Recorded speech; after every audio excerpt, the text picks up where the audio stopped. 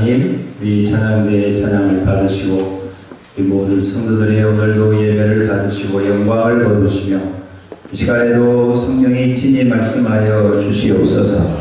저희들이 듣겠나이다 가르쳐 주시고 이들어 주셔서 말씀에 아멘하게 하시고 말씀대로 살 수 있는 용기와 지혜와 형통함을 주시옵소서.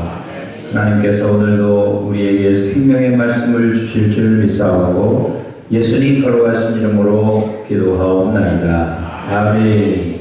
사랑하는 성도 여러분, 잠언에 보니까 세상의 모든 것은 쓰기에 합당하도록 목적이 있게 지음받았다라고 말씀하고 있습니다.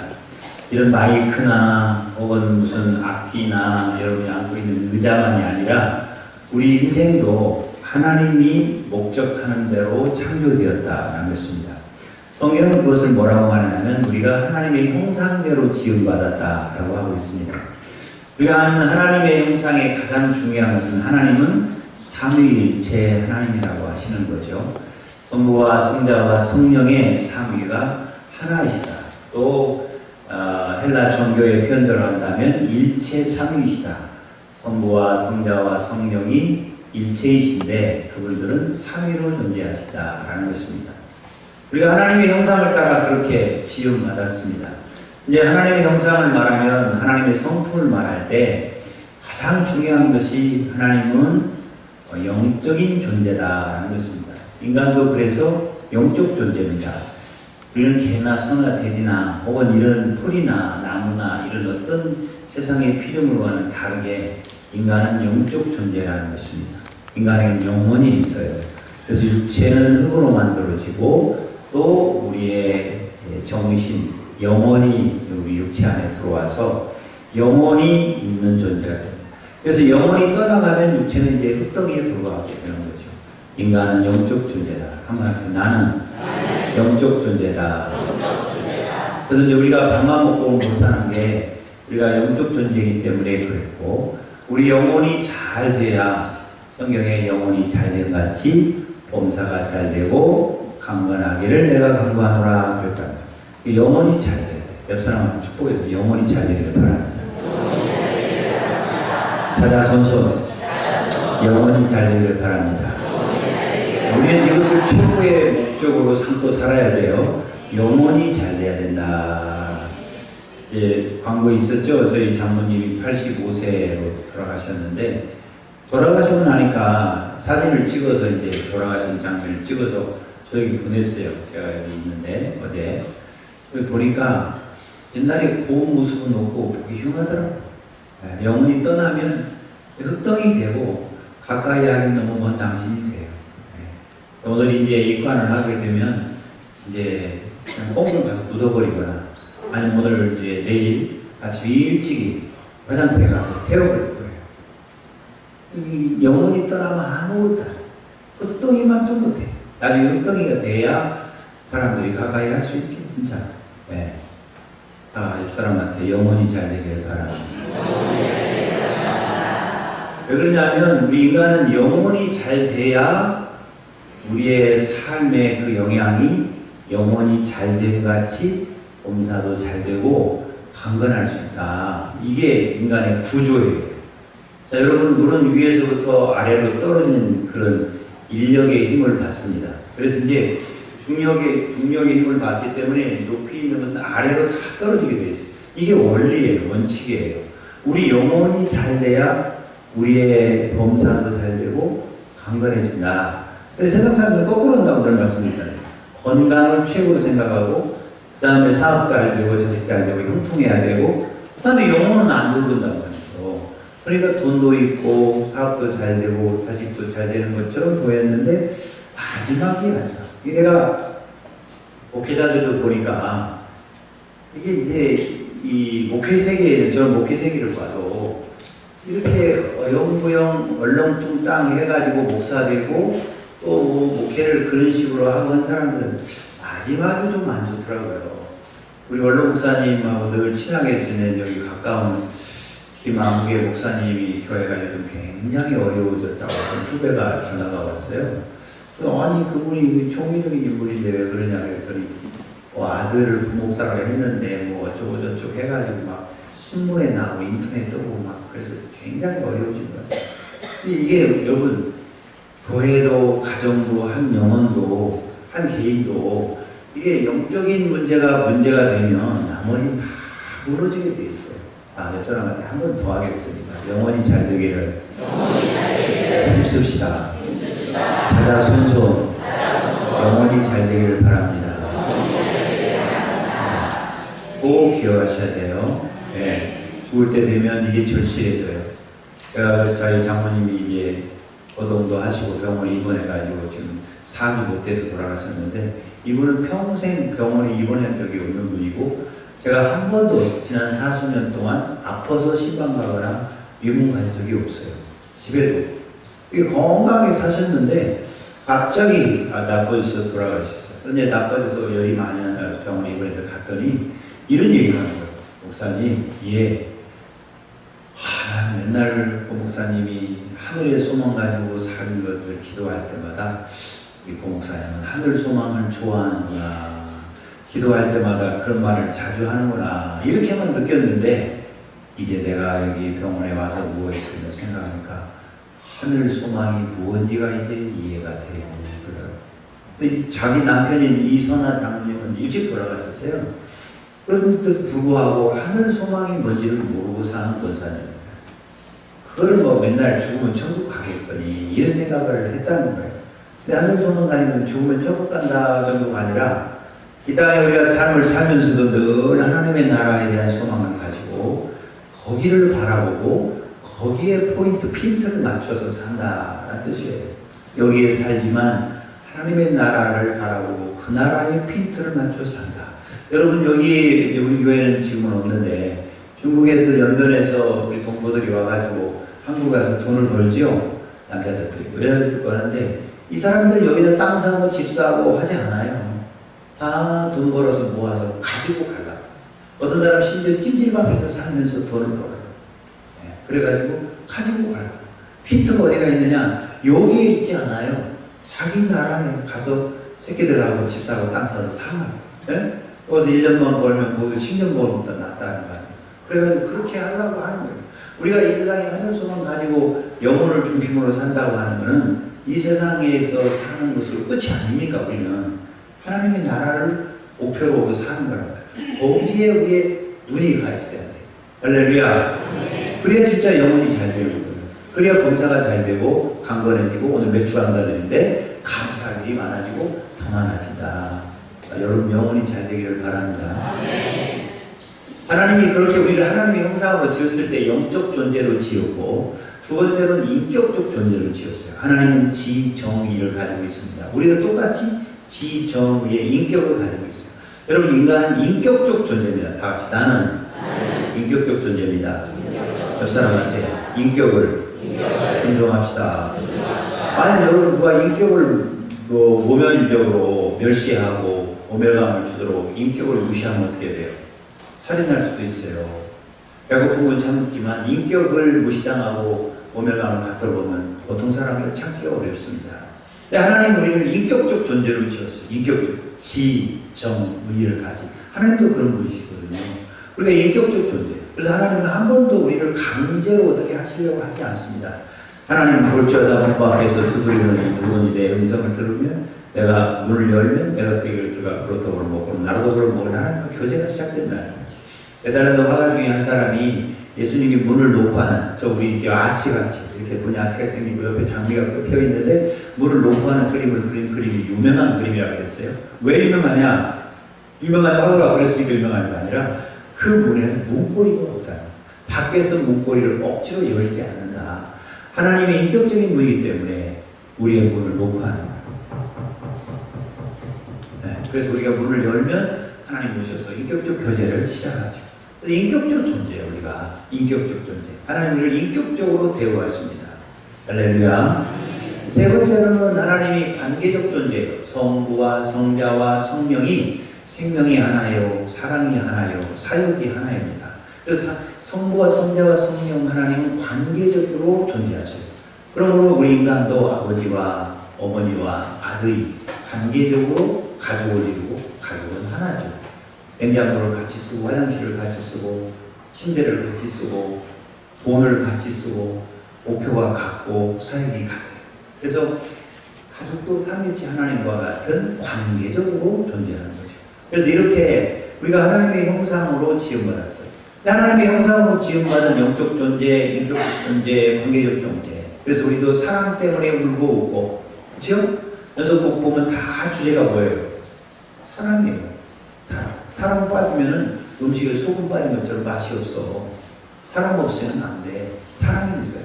그래서 옳은 사랑, 좋은 사랑, 바른 사랑이 있는가 하면 잘못된 사랑, 삐뚤어진 사랑, 안 될 사랑, 그런 사랑도 있어요. 그래서 사실 사랑이 아니고 범죄지. 그러니까 이게 하나님의 사랑처럼 우리도 사랑하면서 살고, 관계적으로 살고, 우리는 생명이 있는 동안 사랑이 움직이는 거 아니에요? 생명이 있는 동안. 아무리 풍채가 좋고, 지위가 높고, 소유가 많아도 생명이 떠나면 아무것도 아니야. 그런 것처럼 하나님은 왜 그러냐면 하나님은 생명이시죠. 하나님으로부터 생명이 나와요. 생명에서 생명이 나옵니다. 이 마이크는 이렇게 소리를 키워도 애가 마이크가 생명이 없기 때문에 마이크를 낳지 못해요. 저 풀은 저렇게 연약해 보여도 생명이 있을 때 풀을 또 낳습니다. 씨앗이 생기고 번식합니다. 하나님으로부터 생명이 왔어요. 여러분의 생명이 풍성하기를 원하십니까? 그럼 하나님께 가까이 가시면 돼요. 하나님으로부터 생명을 얻어요. 하나님이 영원한 생명을 주세요. 그게 영생이에요. 할렐루야. 그러니까 하나님은 이렇게 우리를 기가 막히게 하나님의 형상으로 만드셨어요. 왜 그랬느냐? 오늘 본문에 보니까 하나님이 내가 나의 백성을 지었는데 나의 영광을 위해서 지었다. 이렇게 같이 하나님의 영광을 위해. 이게 조금 이렇게 나도 좀 비가 와서 좀 시원찮네. 제가 목소리가 좀 힘이 없어서 그런가? 같이 크게 하나님의 영광을 위하여. 이게 이제 우리 개신교 천주교회가 반기를 들고 천주교회는 비성경적이다. 그래서 우리가 성경으로 컴팩트 바이블 성경으로 돌아가자 해가지고 첫 번째 종교 개혁자들이 내세운 슬로건이 바로 하나님의 영광을 위하여. 솔리 에오 글로리아 라틴어로 그래요. 솔리 온리 에오 하나님 가 글로리아. 그래서 오직 하나님의 영광을 위하여. 오늘 본문입니다. 우리가 하나님이 지으신, 그렇게 하나님의 형상으로 지으신 목적이 뭐냐? 하나님의 영광을 위하여. 그런데 고린도전서 10장 31절에 보면 우리 먹든지 마시든지 무엇을 하든지 뭘 위해서 하라고? 하나님의 영광을 위하여. 이렇게 대답하는 분들은 학교 다닐 때 공부 잘했을 것 같아요. 네, 눈치가 있어가지고. 하나님의 영광을 위하여. 네, 같이 하나님이 나를 위해 존재하는 것이 아니라 내가 하나님의 영광을 위하여 존재한다. 굉장히 고차원적인 신앙의 이야기입니다. 보통 사람들이 하나님을 찾고 신앙을 찾을 때 자기를 위해서 찾지, 뭘 도와주세요, 치료해주세요, 더해주세요, 이루어주세요, 해결해주세요 하면서 자기를 위해서 그러지, 하나님을 위해 존재. 아니, 불교 믿는 사람이 자기를 위해서 비나이다 지분이 없어지도록 비나이다 그러지, 부처님을 위해서 비는 사람 어디 있어요? 근데 기독교는 그렇게 말하잖아요. 성경은 그렇게 말하잖아요. 우리 하나님이 우리를 지극히 사랑하셔서 아들도 내어주시지만 하나님의 영광을 위해서 지음받았고 구원받았고 하나님의 형상대로 창조되었다는 거예요. 오늘부터 이걸 바꿔야 돼요. 나는 하나님의 영광을 위하여 존재한다. 어떤지 마시든지 무엇을 하든지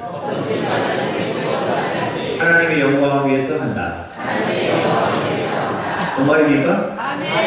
그것이 바로 영광이란 말을 어려운 말이니까 바꾸면 하나님을 기쁘시게 하기 위해서 나는 존재. 하나님의 형상으로 지음받은 것은 여러분의 아들, 딸이, 손자, 손녀가 기쁘게 해요. 강아지가 여러분의 마음을 제일 기쁘게 해요. 아무리 비싼 강아지, 좋은 강아지, 사랑하는 강아지라도 자기 손자, 손녀보다 더 사랑한다는 이상한 사람이요. 그렇지 않아요? 자녀가 제일 기쁘게 하는 거예요. 그래서 애기 낳아서 3살 때까지 평생 해야 할 효도를 다 했다고. 그 3살 먹을 때까지 키우면서 너무너무 즐거우니까, 감사하니까, 예? 방구만 피워도 기쁘고, 입만 해벌려도 그냥 저절로 웃음이 나오고, 3살 먹을 때까지 그런 거예요. 예. 좀 더 크면 좀 두고 봐야 되지만, 그런 거예요.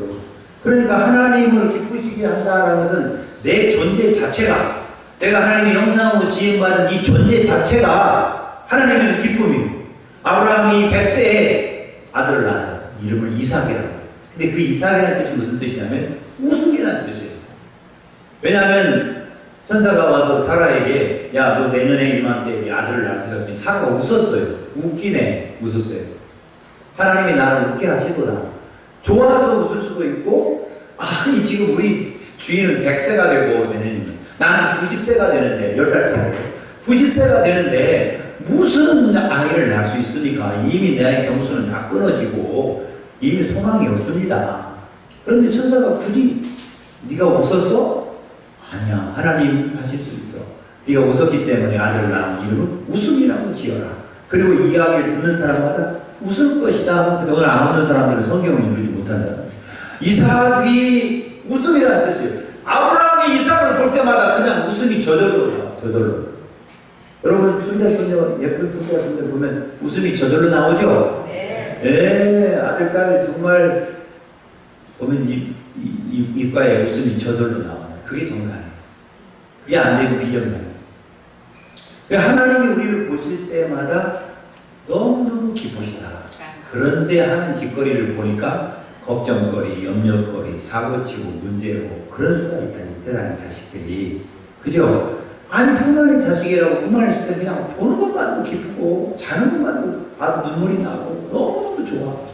그런데 커가면서 지 의지가 생기고 고집이 생기고 지 마음대로 하려고 그러고 사고치고 문제 생기고 이렇게 하면서 염려거리, 근심거리, 골칫덩어리가 될 수가 있죠. 아니면 계속 효자가 되고 효녀가 되어서 보기만 해도 감사하고 기쁘고 그러죠. 나 하나님의 영광을 위하여 한다는 것은 내 존재 자체가 하나님의 형상으로 지음받았고 하나님이 나를 목적 있게 지으셨기 때문에 하나님이 나를 보시기만 해도 기뻐하신다. 그런데 내가 하는 이 일을 보면 하나님이 더 기뻐하시도록 하면 효자가 되는 거죠. 효녀가 되는 거죠. 하나님이 기뻐하시고 우리를 축복하시는 거예요. 하나님 우리를 목적 있게 지었기 때문에 목적이 있기 때문에 영적으로, 인격적으로, 관계적으로 우리를 지으셨어요. 그리고 우리와 생명적 관계를 하시고 우리에게 영원한 생명을 약속하시고 우리의 모든 필요를 공급하시고 돕는 배필을 허락해 주시고 할렐루야. 네, 천군 천사를 보내서 보호하시고 지키시고 축복해 주시는 그 은혜가 성경에서 말하는 하나님입니다. 그런데 인간이 하나님을 떠나서 자기 마음대로 하려고 할 때 하나님의 근심덩어리가 되고 문제거리가 되고 하나님께서 이 인류를 영적이고 하나님의 형상을 따라 지음받은 인격적이고 도덕적 빼먹었네. 도덕적이고 그리고 관계적으로 이렇게 지음받은 인간이 문제가 되니까 아들을 보내죠. 자기 아들 사랑된 분을 예수님이라고 해요. 그 예수님이 오셔가지고 우리를 대신하여 죽으셔서 우리를 다시 하나님의 아들로 입양하시고 천국의 상속자로 만들어주시는 하나님의 은혜와 사랑이 있죠. 성경의 내용이 그런 거예요. 수많은 이야기가 나오고 인물이 나오고 사건이 있지만 사실 그것이 가장 핵심적인 내용이에요.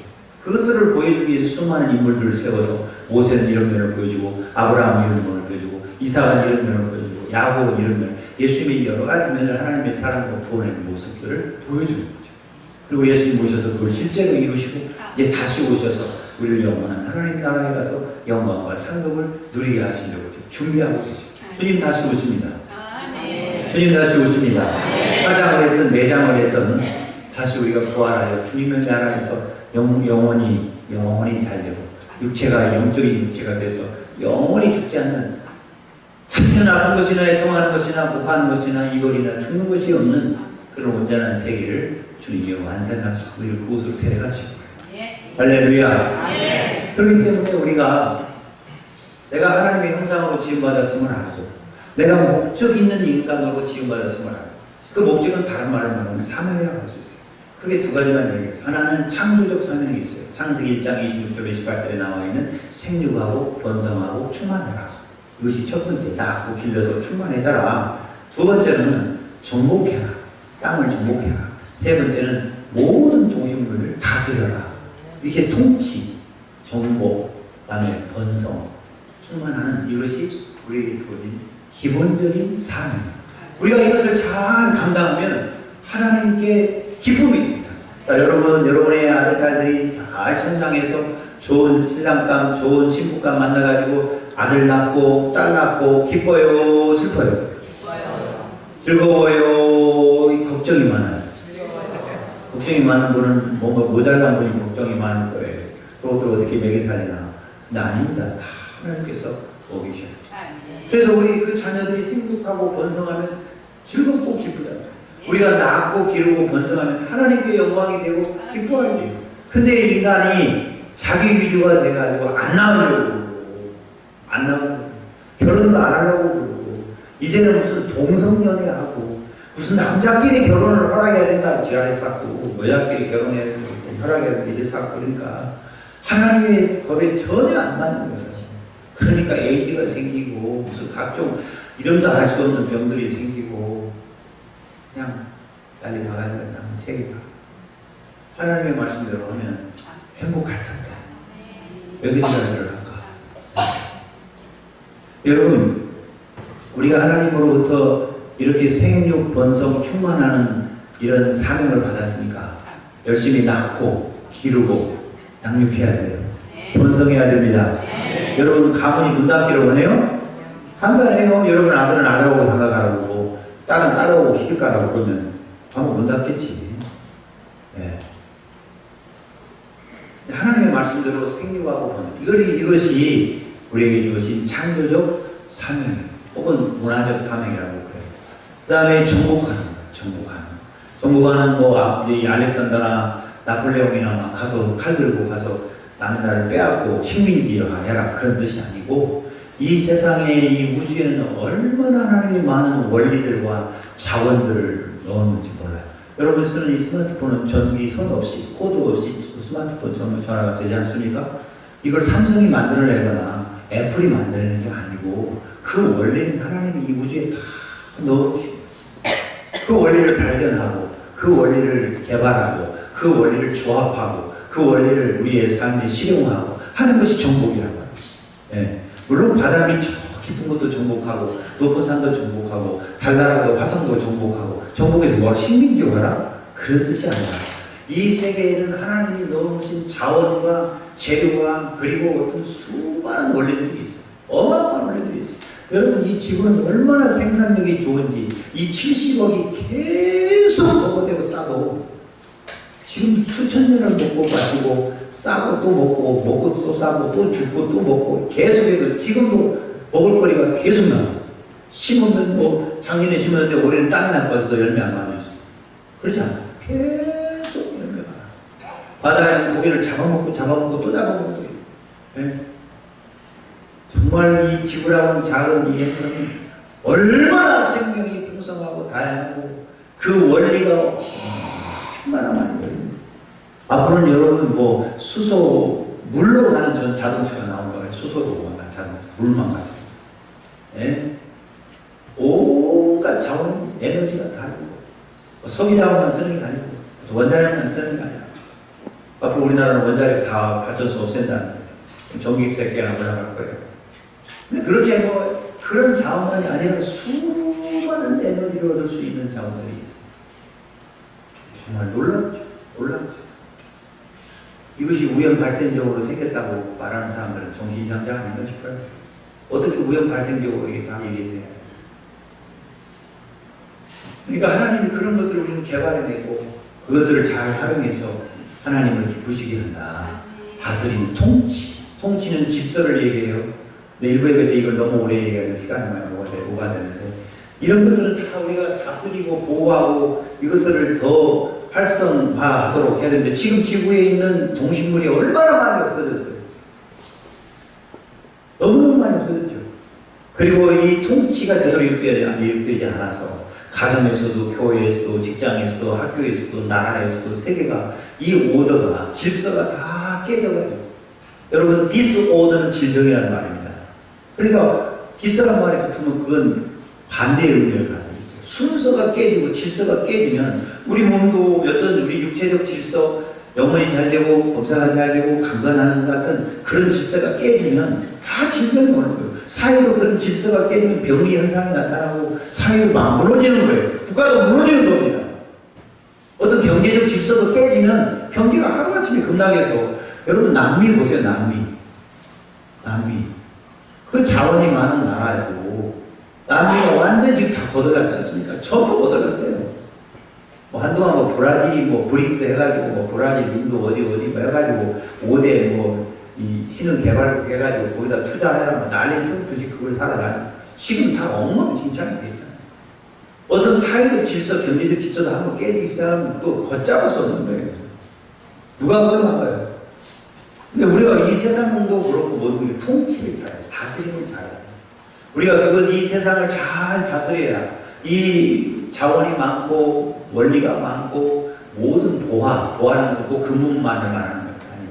그런 좋은 것들이 너무 많은 이 세상, 이 동식물이 많고 이 세계 인구가 많은 이 가정, 교회, 학교, 무슨 일터, 나라, 세계가 다 질서 있게 가도록 통치가 필요해요. 통치, 다스림이.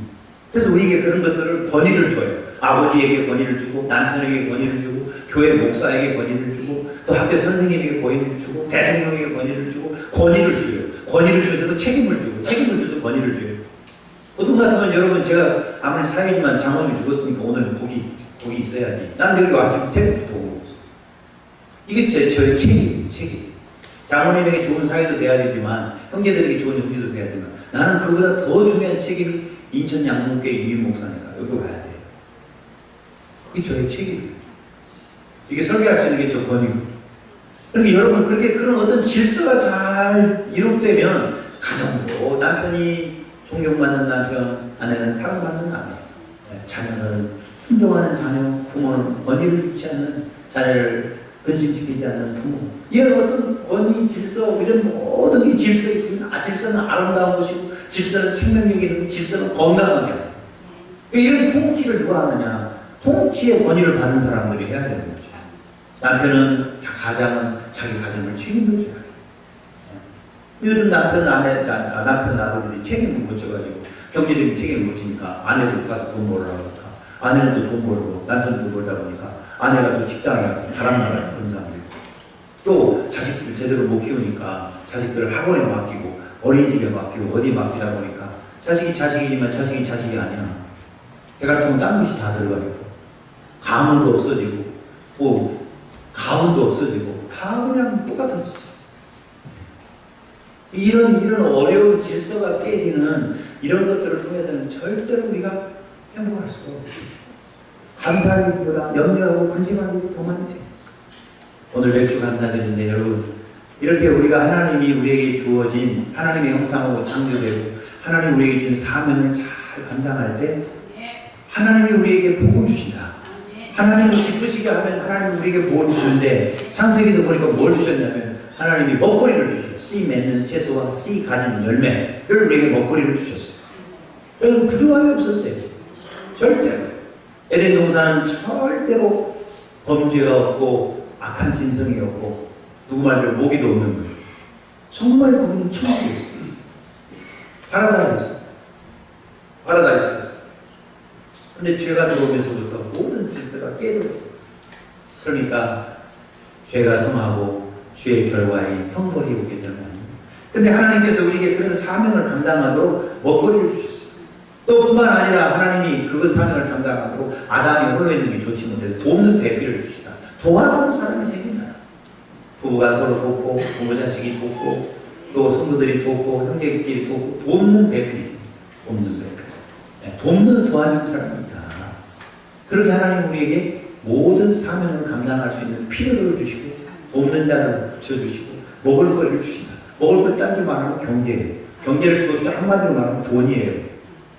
이 자본주의 시대에 건강도 주시고 환경을 아름답게 해주시고 할렐루야.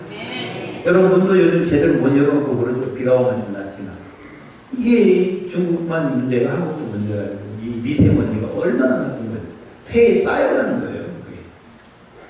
그게 해결이 안 돼요. 이게.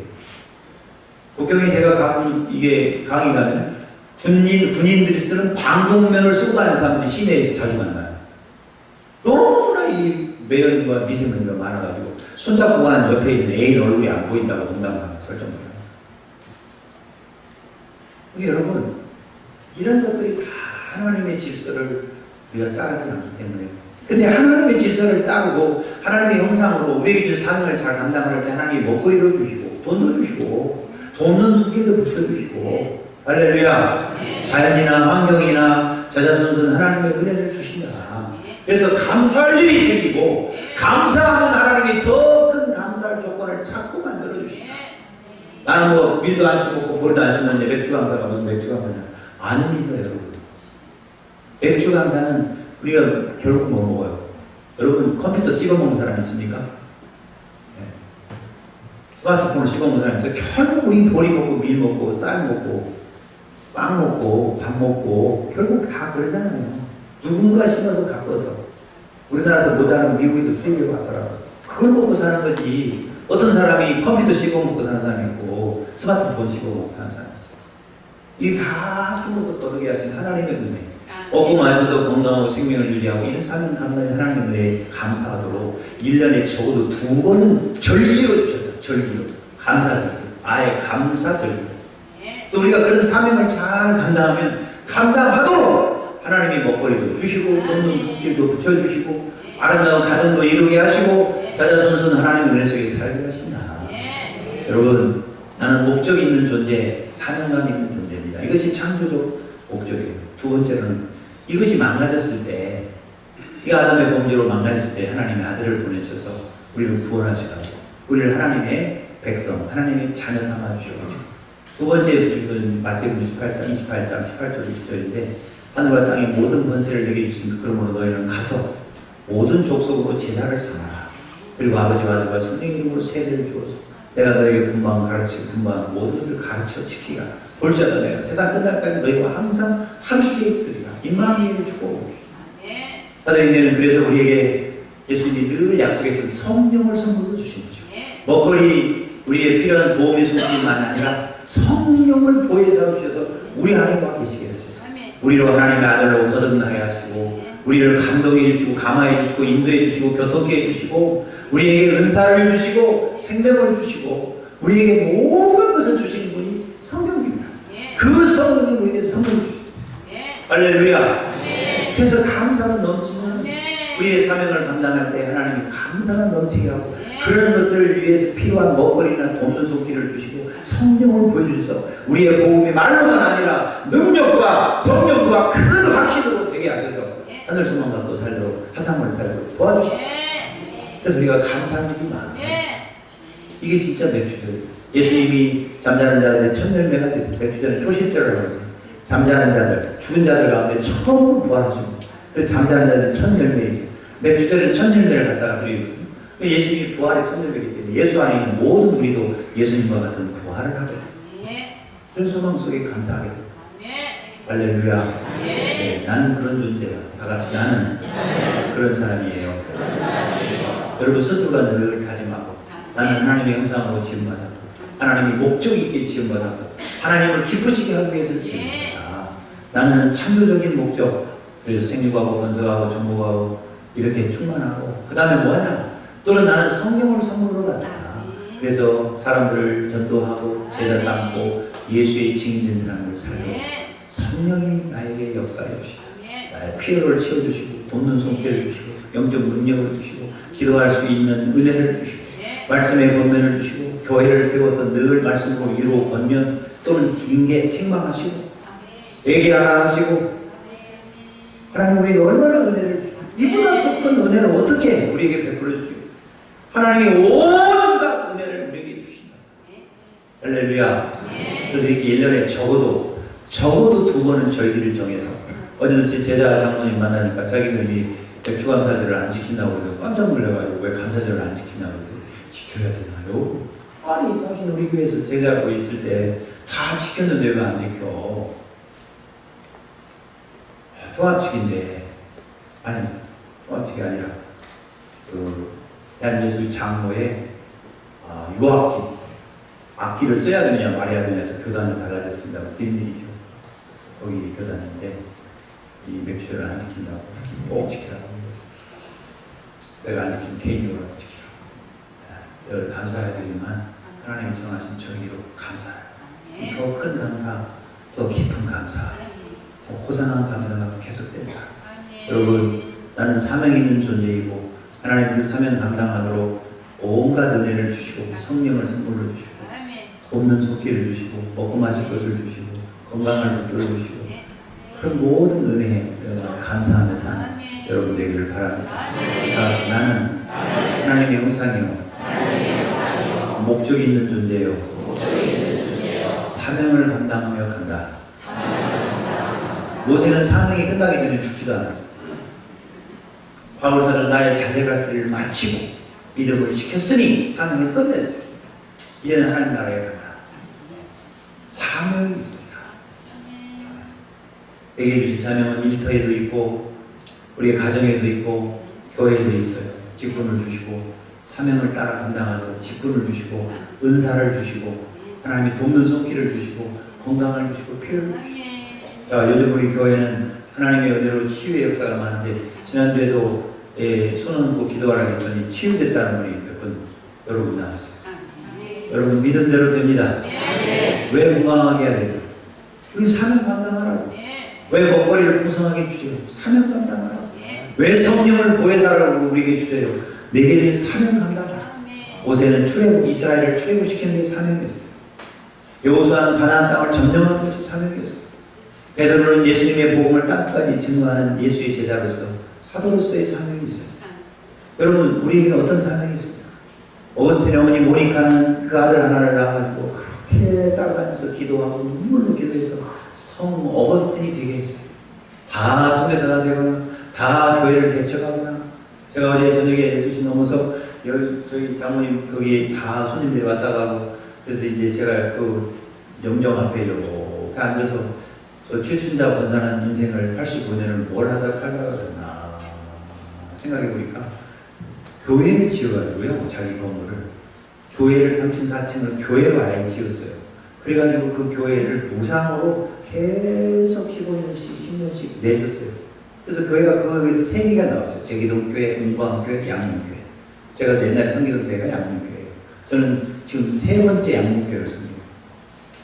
그러니까 저는 평생 양문교회만 섬겨요. 그런데 그 교회를 개척해가지고 부흥해서 나가서 교회 다 하도록 도왔어요. 그건 안 그랬어요. 지금도 교회가 와 있어요. 그러니까 인생을 살면서 그분이 알았든지 못 알았든지 그것이 사명이었어요. 목회자, 신학생들 많이 돕고. 여러분 정말 깜짝 놀리는 어제 돌아가셨는데 지난 5월달까지 병원에 입원하기까지 85세 권사님이 아르바이트를 했다니까. 그 할머니들 모아가지고 아르바이트 무슨 아르바이트? 전단지 돌리는 아르바이트. 여기 제기동 가까운 데서만 한 게 아니라 제기동 가까운 게 아니라 강남에 가서 하고 수원에 가서 하고 안양에 가서 했어. 전체 다 다니면서. 돈 벌어서 뭐하냐? 40만 원도 벌고 50만 원도 벌어가지고 헌금하는 죄. 그분이 뭐 돈이 없어서 그런 게 아니에요. 돈이 아니라 먹고 살기 충분해요. 근데 그런 일을 계속 했어요. 아들, 딸들이 다 걱정하고 저도 걱정하고 그러는데 제가 우리 처남 보고 야 그러다가 어디 전철에서 넘어지기라도 하시나 그러지. 무슨 일이 있으면 어떡하냐. 근데 기어이 그걸 하겠다고. 니들이 그 기쁨을 아냐. 내가 건강한데 왜 내가 집에서 놀면 뭐하냐. 그래가지고 할머니들을 모아가지고 그 할머니들 팀을 만들어가지고 전단지 돌리러 다녔대. 그러다가 몸에 열이 난다고 이상하다고. 그래서 처음으로 병원에 가서 4주도 안 돼서 돌아갔습니다. 종합여시가 한 2주, 한 열흘 만에 돌아갔어요. 찾아가 보니 그대로 가시고. 여러분, 그분 인생은 내가 그래서 가만히 최춘자 권사님 뭐 하다가 가시나요? 이렇게 보니까 그 나름대로 자기 사명을 잘하고 가요. 뽑는 제비로 창립member 그 나름대로 잘하고 가요. 여러분은 그래서 저도 생각해봤어요. 내가 죽으면 우리 아들이 성도들이 나를 아는 사람들이 저 사람은 뭘 하다가 갔을까? 진정으로 뭘 하다가 가나 생각하면 사람들이 어떻게 기억돼요? 나는 하나님 앞에 가서 주님 내가 뭘 하다가 왔습니다. 오늘 아침 새벽에 잠깐 기도하는데 눈물이 나더라고. 네. 나는 진실로 하나님의 종이어서 정말로 성도들을 구원하고 영적으로 돕고 책망하고 인도해주고 가르쳐주고 혹은 치료해 그런 일을 진정으로 내가 주님 앞에 가서 최선을 다해서 생명마저 살아보았습니다. 이렇게 말할 수 있을까? 눈물이 나요. 여러분은 무슨 일 하다가 가실랍니까? 너 뭐 하다 왔냐? 어떤 돈 많은 구도새가 죽었는데 아들이 돈이 많으니까 그 마을에 유명한 서당 선생을 찾아가서 우리 아버지의 비물을 하나 써달라고. 나는 쓸 게 없다. 아니 그래도 하나 써달라고. 나는 쓸 게 없다. 그래도 하나 써달라고. 그러면 내가 하나 써줄 테니까 그냥 펼쳐보지 말고 가서 비물을 새기도록 해라. 가서 보니까 없다 죽다 그랬어. 실컷 처먹다 죽었다 그러면 하늘이 없다. 여러분 우리가 사명이 있어야 돼요. 사명. 나는 목적 있게 지원받았어요. 그래서 여러분이 사명을 다 알고 그 사명을 따라 살면 하나님이 다 먹거리도 주시고 도화도 주시고 돕는 자도 붙여주시고 성령을 보혜사로 주셔서 온갖 은혜를 주신다. 할렐루야. 네, 한번 하고 마칩시다. 나는 사명이 있는 존재, 하나님을 기쁘시게 하는 사람. 오늘 김 목사가 이스라엘 가고 없어가지고 중고등부 설교를 갔는데 그 이야기를 했어요. 그것을 세상 사람들은 비전이라고 그런다. 여기는 사명이라고 그런다. 네. 그런 꿈을 가져라. 하나님을 기쁘시게 하려고는 내가 하고 싶은 일을 하기 위해서 공부한다는 좋은 동기이지만 1차 동기. 그런데 나는 하나님을 기쁘시게 하기 위해서 산다 라고 생각하면 하나님이 도와주시다.